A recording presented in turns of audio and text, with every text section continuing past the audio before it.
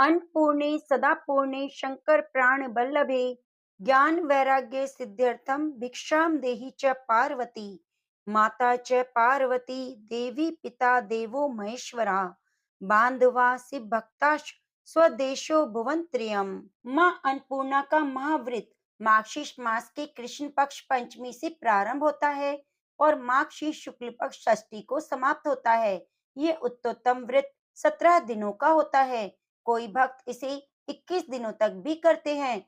अन्नपूर्णा देवी हिंदू धर्म में मान्य देवी देवताओं में विशेष रूप से पूजनीय है। यह माँ जगदम्बा का ही एक रूप माना गया है जिनसे संपूर्ण विश्व का संचालन होता है। इन्हीं जगदम्बा की अन्नपूर्णा स्वरूप से संसार का भरण पोषण होता है। अन्नपूर्णा का शाब्दिक अर्थ है धान्य, अर्थात अन्न की अधिष्ठात्री देवी। सनातन धर्म की मान्यता है कि प्राणियों को भोजन माँ अन्नपूर्णा की कृपा से प्राप्त होता है। भगवान शिव की अर्धांगिनी कलयुग में माता अन्नपूर्णा की पूरी काशी है, किंतु संपूर्ण जगत उनके नियंत्रण में है। बाबा विश्वनाथ की नगरी काशी की अन्नपूर्णा जी के आधिपत्य में आने की कथा बड़ी ही रोचक है। भगवान शंकर जब देवी पार्वती के संग विवाह के बाद उनके पिता के क्षेत्र हिमालय के अंतर्गत कैलाश पर रहने लगे, तब देवी ने अपने मायके में निवास करने के बजाय अपने पति की नगरी काशी में रहने की इच्छा व्यक्त की। महादेव उन्हें साथ लेकर अपने सनातन ग्रह अभिमुक्त क्षेत्र काशी जी आ गए। काशी उस समय केवल एक महान शमशान नगरी थी। माता पार्वती को सामान्य ग्रस्त स्त्री के समान ही अपने घर का मात्र शमशान होना नहीं भाया। इस पर वह व्यवस्था बनी कि सतयुग, त्रेता और द्वापर में इन तीनों में काशी जी शमशान रहे और कलयुग में यह अन्नपूर्णा की पुरी होकर बसे। इसी कारण वर्तमान में माता अन्नपूर्णा का मंदिर काशी जी का प्रधान देवी पीठ हुआ। स्कंद पुराण में काशी खंड में लिखा है कि भगवान विश्वेश्वर ग्रस्त है और भवानी उनकी गृहस्थी चलाती है, अतः काशी वासियों के योग क्षेम का भार इन्हीं पर है।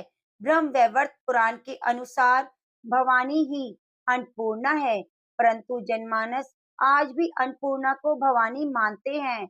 श्रद्धालुओं की ऐसी धारणा है कि माँ अन्नपूर्णा की नगरी काशी में कभी कोई भूखा नहीं सोता। भगवान स्वयं शंकर इनकी प्रशंसा में कहते हैं, मैं अपने पांचों मुखों से अन्नपूर्णा का पूरा गुणगान कर सकने में समर्थ नहीं। यद्यपि भगवान विश्वनाथ काशी में शरीर त्यागने वाले को तारक मंत्र देकर मुक्ति प्रदान करते हैं, तथापि इसकी याचना मां अन्नपूर्णा से की जाती है। गृहस्थ धन धान्य की तो योगी ज्ञान वैराग्य की भिक्षा इनसे मांगते हैं। एक बार जब पृथ्वी लोक पर अन्न जल समाप्त होने लगा, तो जगमानस में हाहाकार मच गया। ऋषियों और मुनियों ने भगवान ब्रह्मा और भगवान विष्णु जी को इस संकट से अवगत कराया। उसके बाद ब्रह्मा जी और विष्णु जी सभी ऋषि मुनियों के साथ कैलाश पर पहुंचे। ब्रह्मा जी ने भगवान शिव से कहा, प्रभु, पृथ्वी पर अंजल की कमी हो गई है, आप ही कुछ कीजिए, इस संकट से सबकी रक्षा कीजिए। भगवान शिव ने देवताओं को आश्वासन दिया कि सब कुछ यथावत हो जाएगा, बस वे शांति बनाए रखें। उसके बाद भगवान शिव ने पृथ्वी का भ्रमण किया।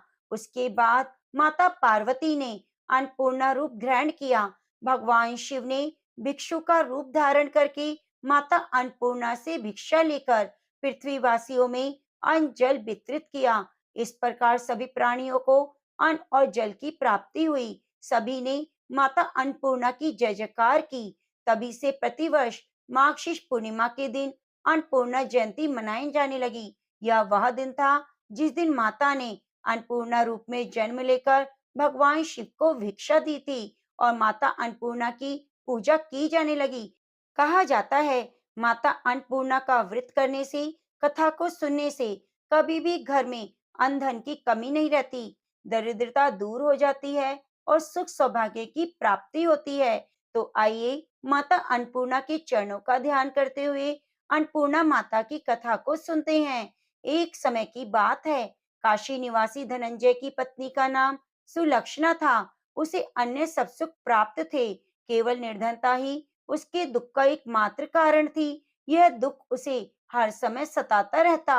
एक दिन सुलक्षणा पति से बोली, स्वामी, आप कुछ उद्यम करो तो काम चले, इस प्रकार काम कब तक चलेगा? सुलक्षणा की बात धनंजय के मन में बैठ गई। वे उसी दिन विश्वनाथ शंकर जी को प्रसन्न करने के लिए बैठ गया और कहने लगा, हे देवादिदेव विश्वेश्वर, मुझे पूजा पाठ नहीं आती, केवल आपके भरोसे बैठा हूँ। इतनी विनती करके वे 2-3 दिन भूखा प्यासा बैठा रहा। यह देखकर भगवान शंकर ने उसके कान में अन्नपूर्णे, अन्नपूर्णे, अन्नपूर्णे इस प्रकार 3 बार कहा। यह कौन क्या कह गया? इसी सोच में धनंजय पड़ गया कि मंदिर से आते ब्राह्मणों को देखकर पूछने लगा, पंडित जी, अन्नपूर्णा कौन है? ब्राह्मणों ने कहा, तू अन्न छोड़ बैठा है, सो तुझे अन्न की बात सूझती है, जब घर जाकर अन्न ग्रहण कर। धनंजय घर गया, स्त्री से सारी बात कही। वह बोली, नाथ, चिंता मत करो, स्वयं शंकर जी ने यह मंत्र दिया है, वे स्वयं ही खुलासा करेंगे, आप फिर जाकर उनकी आराधना करो। धनंजय फिर जैसा का तैसा पूजा में बैठ गया। रात्रि में शंकर जी ने आज्ञा दी और कहा, तू पूर्व दिशा की तरफ चला जा। वह अन्नपूर्णा का नाम जपता जाता और रास्ते में फल खाता, झरनों का पानी पीता जाता। इस प्रकार कितने ही दिनों तक चलता गया। वहां उसे चांदी सी चमकती वन की शोभा देखने में आई, सुंदर सरोवर देखने में, और उसके किनारे कितनी ही अप्सराएं झुंड बनाए बैठी थी। एक कथा सुनती सब मिलकर मां अन्नपूर्णा इस प्रकार बार बार कहती। यह अगन मास मार्गशीर्ष मास की उजेली रात्रि थी और आज से ही व्रत का आरंभ था। जिस शब्द की वह खोज पर निकला था, उसे वह वहां सुनने को मिला। धनंजय ने उनसे जाकर पूछा, हे देवियों, आप ये क्या करती हो? उन सब ने कहा, हम मां अन्नपूर्णा का व्रत करती हैं। धनंजय ने पूछा, व्रत पूजा करने से क्या होता है? ये किसी ने कब किया है? कब किया जाए? कैसा व्रत है? कैसी विधि है? मुझे बताओ। वे कहने लगी, इस व्रत को हर कोई कर सकता है। 21 दिन तक के लिए 21 गांठ का सूत लेना चाहिए। 21 दिन यदि ना बने तो एक दिन उपवास करें, और यह भी ना बने तो केवल कथा सुनकर प्रसाद लें। निराहार रहकर कथा कहें। कथा सुनने वाला कोई ना मिले तो पीपल के पत्तों को रख, सुपारी या घृत कुमारी वृक्ष को सामने कर, दीपक को साक्षी कर, सूर्य, गाय, तुलसी या महादेव को बिना कथा सुनाए मुख में दाना ना डालें। यदि भूल से कुछ पड़ जाए तो एक दिवस फिर उपवास करें। व्रत के दिन क्रोध ना करें, झूठ ना बोलें। धनंजय बोला, इस व्रत के करने से क्या होगा? वे कहने लगी, इसके करने से अंधों को नेत्र मिलता है, लूलों को हाथ मिले, निर्धन को धन मिले, बांझी को संतान, मूर्ख को विद्या आए। जो जिस कामना से व्रत करे, माँ उसकी इच्छा पूरी करती है। वह कहने लगा, मेरे पास भी धन नहीं, विद्या नहीं, कुछ भी तो नहीं, मैं तो दुखिया ब्राह्मण हूँ, मुझे इस व्रत का सूत दोगी? हाँ भाई, तेरा कल्याण होगा, हम तुझे अवश्य देंगे। ये लो व्रत का मंगल सूत्र। धनंजय ने व्रत किया, व्रत पूरा हुआ। तभी सरोवर में से 21 खंड की सुवर्ण सीढ़ियां हीरा मोती जड़ी हुई प्रकट हुई। धनंजय जय अन्नपूर्णा अन्नपूर्णा कहता जाता। इस प्रकार कितनी सीढ़ियां उतर गया तो देखता है करोड़ों सूर्यों से प्रकाशमान अन्नपूर्णा का मंदिर है। उसके सामने सुवर्ण सिंहासन पर माता अन्नपूर्णा विराजमान है। सामने भिक्षा हेतु शंकर भगवान खड़े हैं। देवांगनाएं चंवर डुलाती हैं, कितनी ही हथियार बांधे पहरा देती हैं। धनंजय दौड़कर जगदम्बा के चरणों में गिर गया। देवी उसके मन के कलेश को जान गई। धनंजय कहने लगा, माता, आप तो अंतर्यामिनी हो, आपको अपनी दशा क्या बताऊं? माता बोली, मेरा व्रत क्या है, जा संसार तेरा सत्कार करेगा। माता ने धनंजय की जिह्वा पर बीज मंत्र लिख दिया। अब तो उसके रोम रोम में विद्या प्रकट हो गई। इतने में क्या देखता है कि वह काशी विश्वनाथ के मंदिर में खड़ा है। माँ का वरदान ले धनंजय घर आया, सुलक्षणा से सब बात कही। माता जी की कृपा से उसके घर में संपत्ति उमड़ने लगी। छोटा सा घर बहुत बड़ा हो गया। जैसे शहद के छत्ते में मक्खियां जमा हो जाती हैं, उसी प्रकार अनेक सगे संबंधी आकर उसकी बड़ाई करने लगे, कहने लगे, इतना धन, इतना बड़ा घर, इतना सुंदर घर, लेकिन संतान नहीं, इस कमाई को कौन भोगेगा? सुलक्षणा से संतान नहीं है, इसलिए तुम दूसरा विवाह करो। अनिच्छा होते हुए भी धनंजय को दूसरा विवाह करना पड़ा। सती सुलक्षणा को सौत का दुख उठाना पड़ा। इस बार दिन बीत गए, फिर अगन मास आया। नए बंधन से बंधे पति से सुलक्षणा ने कहलाया कि हम व्रत के प्रभाव से सुखी हुए हैं, इस कारण यह व्रत छोड़ना नहीं चाहिए। ये माता जी का प्रताप है जो हम इतने संपन्न और सुखी हैं। सुलक्षणा की बात सुन धनंजय उसके यहाँ आया और व्रत में बैठ गया। नई बहू को इस बात की खबर नहीं थी। वे धनंजय के आने की राह देख रही थी। दिन बीतते गए, व्रत पूर्ण होने में 3 दिवस बाकी थे। नई बहू को खबर पड़ी, उसके मन में ईर्ष्या की ज्वाला दहकने लगी। सुलक्षणा के घर आ पहुंची और उसने वहां भगदड़ मचा दी। वह धनंजय को अपने साथ ले गई। नए घर में धनंजय को थोड़ी देर के लिए निद्रा आ गई। इसी समय नई बहू ने उसका व्रत का सूत तोड़कर आग में फेंक दिया। अब तो माताजी का कोप जाग गया। घर में अकस्मात आग लग गई, सब कुछ जलकर खाक हो गया। सुलक्षणा जान गई और पति को फिर अपने घर ले आई।